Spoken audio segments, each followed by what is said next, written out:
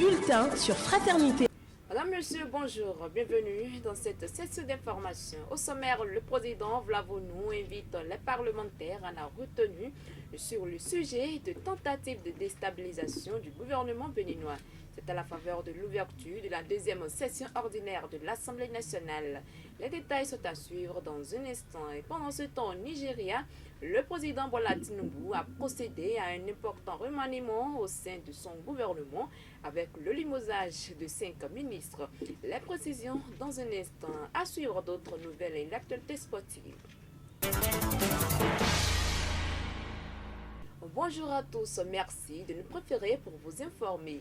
Et comme prévu, la deuxième session ordinaire de l'Assemblée nationale pour l'année 2024 a été officiellement ouverte. C'est le président de l'institution, Louis Vlavonou, qui a procédé à l'ouverture de cette session ce jeudi 24 octobre 2024. Lors de la lecture de son discours, il s'est prononcé sur un dossier marquant l'actualité béninoise, le complot de coup d'État impliquant, selon les accusations, Olivier Bokor et Osvaldo Omeki.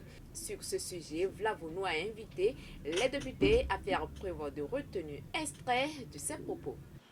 Qui d'entre nous n'a pas eu quelques frayeurs en apprenant par la voix du procureur spécial près la Cour de répression des infractions économiques et du terrorisme CRIET qu'il y avait un complot en préparation contre la sûreté de l'État, donc un projet de remise en cause de l'ordre démocratique laborieusement instauré et entretenu dans notre pays depuis plus de 3 décennies. S'il était vrai que notre institution parlementaire n'exista plus et son président certainement mis aux arrêts pour le meilleur des cas, et vous, autres députés, mis au chômage. Heureusement, bien sûr, heureusement, qu'il a plu au Seigneur, qu'il a plu au Dieu Tout-Puissant de nous en épargner. Cependant, je voudrais nous inviter à la retenue, en attendant que les instances compétentes achèvent leur investigation et situent éventuellement les responsabilités dans ce dossier complexe, sans aucune intrusion ni entrave de quelque nature que ce soit de la part de la représentation nationale. Le dossier relève en effet de la compétence exclusive du judiciaire et dans le respect de la séparation des pouvoirs. Nous serions bien inspirés d'éviter toute ingérence en tant qu'institution, chacun pouvant avoir son opinion propre. Dans le respect de notre Constitution qui dispose en son article 17 que toute personne accusée d'un acte délictueux est présumée innocente jusqu'à ce que sa culpabilité ait été légalement établie au cours d'un procès public durant lequel toutes les garanties nécessaires à sa libre défense lui auront été assurées. Il faut rappeler que cette rentrée parlementaire a vu la présence de plusieurs membres du gouvernement, notamment le ministre des Affaires sociales, de la microfinance, celui de l'enseignement secondaire, ainsi que celui de la justice.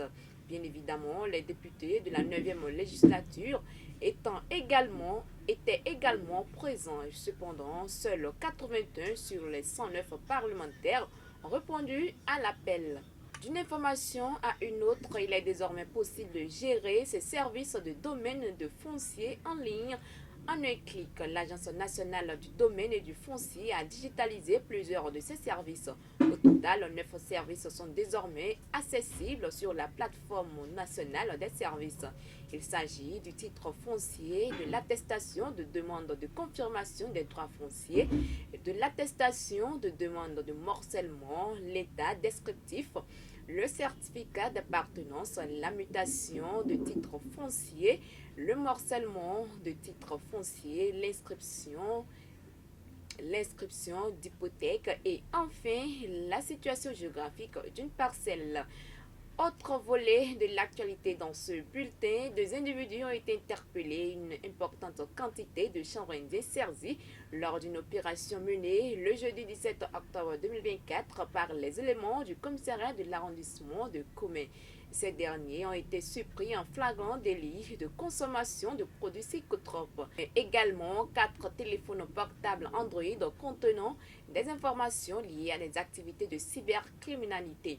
En attendant de traquer tous les membres de ce réseau, les 2 suspects interpellés ont été remis à la structure compétente pour les investigations. Je vous l'annonçais à l'entame de cette édition, le président Bola Tinubu a effectué un remaniement majeur au sein de son gouvernement.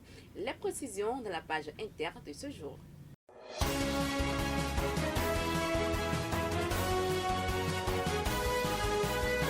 Ama Amadou, une figure majeure de la politique nigérienne, est décédé à l'âge de 114 ans le 23 octobre 2024 à Niamey. Son décès est survenu à l'hôpital de référence de la capitale où il aurait succombé au paludisme.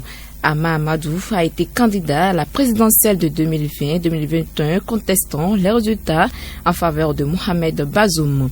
Sa carrière a été marquée par une forte opposition politique, notamment avant le coup d'État de 2023 qui a renversé Bazoum. Le président nigérien Bola Tinubu a limogé 5 ministres et en a nommé 7 nouveaux. Les ministres de l'Éducation, du Tourisme, des Affaires féminines et du Développement de la jeunesse ainsi que le ministre délégué du Logement ont été limogés. Ce remaniement intervient dans un contexte d'aggravation des difficultés économiques et de frustration à l'égard de l'administration du pays le plus peuplé d'Afrique.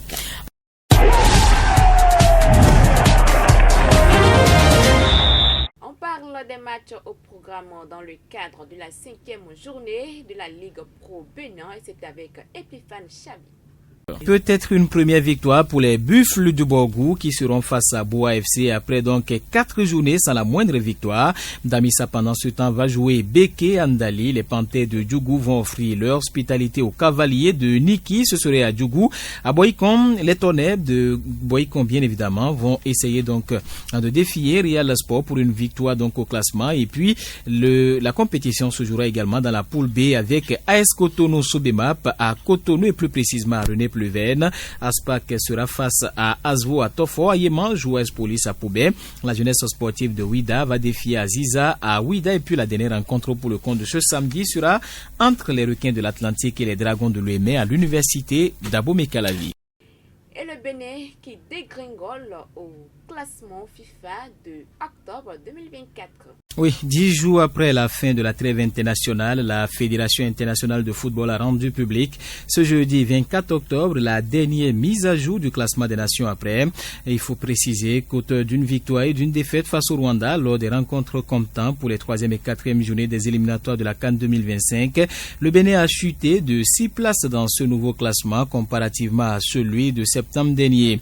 Le revers face au Rwanda, un pays moins bien classé, a fait passer donc les Guépards de la 89e à la 95e place mondiale. Et sur le plan africain, les Poulains de Guinée-Troy également ont perdu 3 places sortant ainsi du top 20 continental. Le Bénin est en effet passé à la 18e, de la 18e, j'allais dire à la 21e place. Mais sur le continent africain, le Maroc qui est 13e au plan mondial reste le leader en Afrique.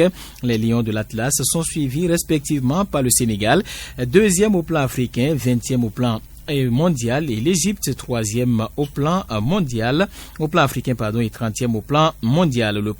La prochaine mise à jour sera publiée le 28 novembre 2024. C'était la page sport présentée par Epiphane Chabi. C'est la fin de ce bulletin d'information. Fidèles téléspectateurs, merci de l'avoir suivi. D'ici là, portez-vous bien. C'était le bulletin sur Fraternité.